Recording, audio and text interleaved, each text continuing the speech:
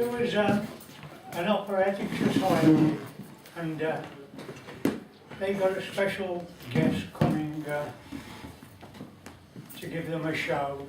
And one of the main tunes that he would play was Rimsky-Korsakov's Flight of the Bumblebee. And they asked the stage manager to introduce him on the night. Well, the stage manager had a bit of a speech problem, and he said, I don't think I can do it. He said, of course you can't practice it, you know. And so, anyway, they persuaded him to do it. And he used to stand in front of the mirror and say, tonight our honoured guest will play Bimsy, and he'd get all tongue-tied. And he'd try it again, same thing. So he told the people, he said, look here, I can't introduce this player we've got coming. And they said, of course you will. He said, I've been practicing, I'm getting it wrong every time. And they said, well, perhaps you're practicing too hard, leave it, you'll find it'll be all right on the night. He didn't like that idea at all, but that was what he decided to do.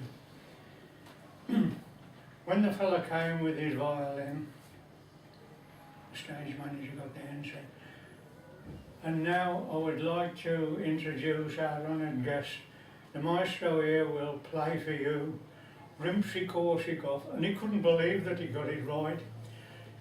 He would like to play for you Rimsky-Korsakov's Bomber the Flight'll Be.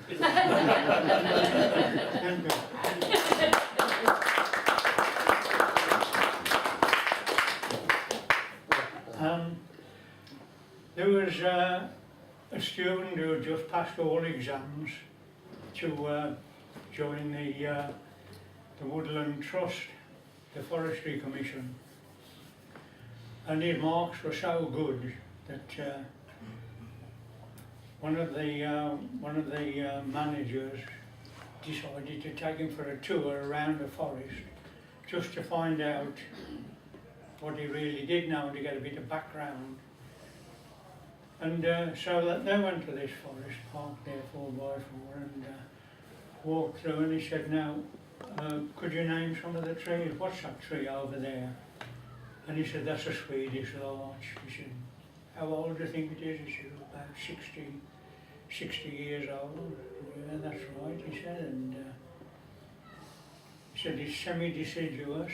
Yeah, that's right. So he got everything right. So they walked on a bit farther and came to another big, majestic tree. What's that tree over there? Well, that's a silver birch. And how old would you say that is? Well, 50, maybe 60 years. Probably 45 foot high at the moment. And he gave them all the relevant information on this tree.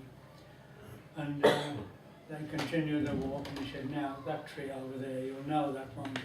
And there was a massive English oak tree. And he said, well, what would you say that tree is? He said, oh, it's the English oak. And he said, how high is it? And we said, about 80 foot, I should say. And it's deciduous, and he gave him the girth and everything of the tree. And he said, that's very good. He said, you've got all your facts right. He said, but here's one thing. Could you tell me which is the front and which is the back of the tree? And he thought for a minute. He walked around the tree, all the way around. And he said, well, we'll stand at the side. He said, that's the front of the tree over there. And he said, well, how did you know that? He said, well, somebody's crapped round the back over the other side.